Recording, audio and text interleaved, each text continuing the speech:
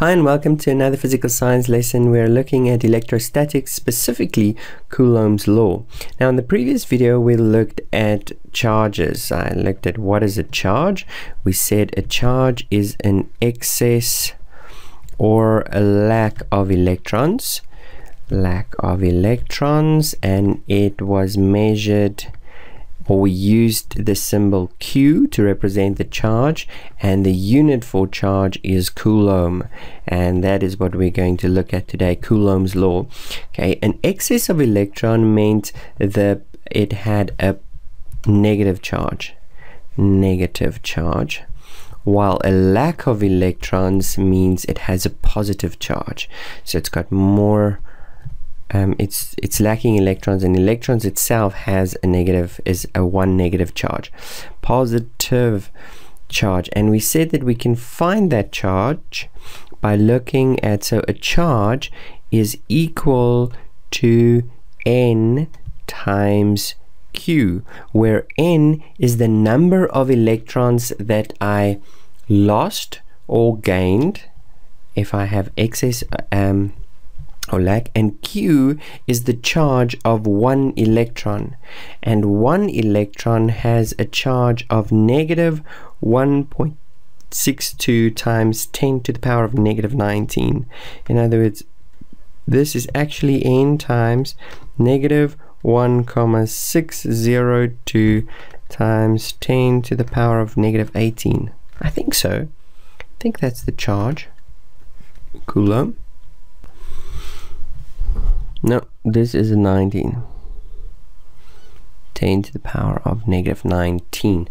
Okay, well, nevertheless, you can go and watch that video if you don't know where I got this number from, but this is basically just the inverse, the reciprocal of 1 Coulomb. Okay, so Coulomb, so what is a Coulomb? That's important. A Coulomb is a collective name for electrons. It's a group of electrons. Okay, so not what I'm going to focus on in this lesson. Now what I want to focus on is Coulomb's law. Now one thing that you'll notice here is that if we have lost electrons, this would be a negative. In other words, N would represent a negative number, meaning we've lost electrons. If N is a positive number, it means we have gained electrons, so that would be a positive. But if N is negative, we have a negative times a negative, so Q can be negative or Q can be positive. Now it is known, and it's a very mysterious, we don't know why, but it is known that opposite charges attract,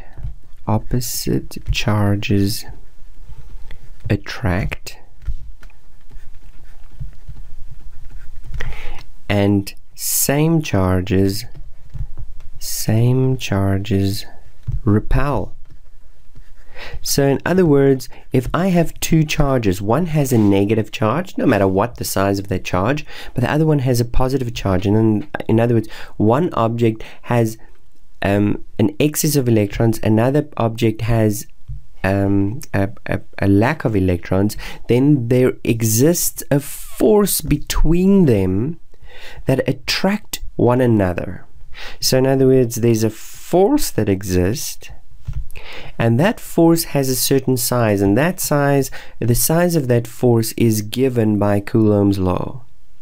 And it's also a very familiar formula because we've seen it in Newton's gravitational force. It's the same structure.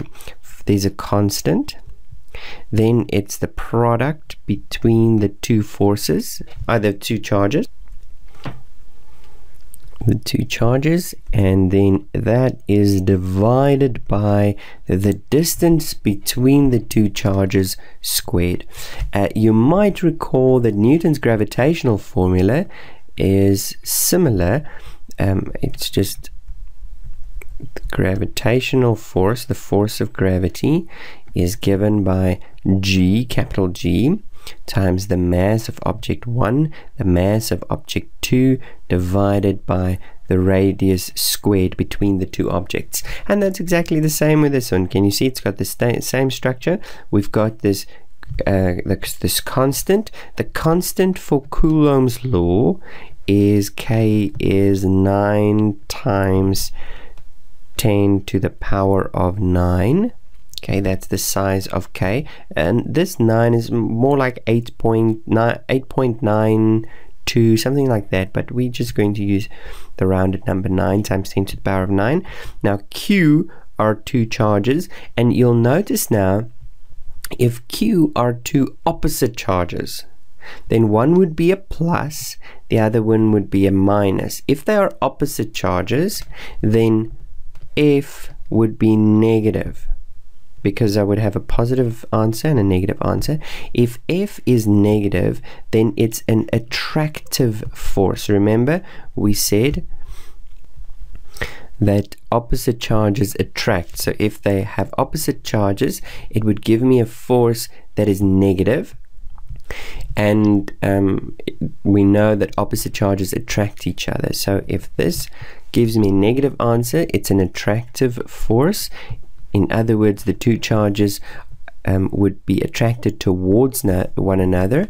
And if F is positive, now it would be positive if both of the values are positively charged, or both of the charges are negatively charged, because negative negative gives me positive, positive positive gives me positive. So when F is a positive, it means the two charges are same charges, and then it is a repulsive force. Repulsive, they will repel each other in opposite directions. Okay, so, and sorry, I didn't mention this. So these are the charge sizes. The charges I will simply get by by using this formula for each one, okay, if it's necessary, unless they give me the charges. And the distance between the two charges is simply just that, the radius between them. So notice that the radius is squared, which means if I half the distance, okay, so if I half the distance, so they used to be 2 meters apart.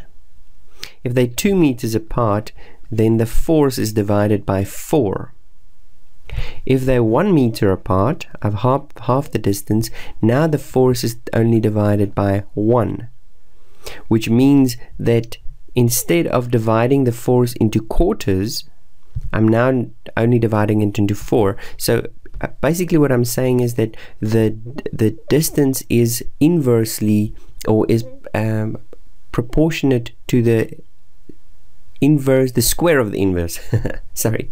Okay, and so in other words, the closer it gets, the stronger that force becomes, not just inversely proportionate, but even inversely proportionate squared, which means it even gets stronger and stronger the closer they get. Okay, and the further they get, obviously the same counts. So if I double the distance now, instead of dividing with, so for example, the distance between them is squared. If I now double the distance, was 2. If I double the distance and it's 14, instead of now dividing, or I used to divide with 4, if I double it, I wouldn't divide with 8, I would divide with 16. Okay, so I am dividing each time I double my distance, I am dividing my force with 4. I hope you understand what I'm trying to say. Is just the effect of doubling or halving the distance has that square effect. Okay, inversely squared effect. Okay, other than that, there's not much I can say. It is very simple, straightforward. Substitute into the formula, that's it, and then get your answer using this value for K. So thank you for watching. Let's leave it here. I'll definitely soon do some examples if this is at all strange, but thank you very much for watching, and I'll see you in the next video.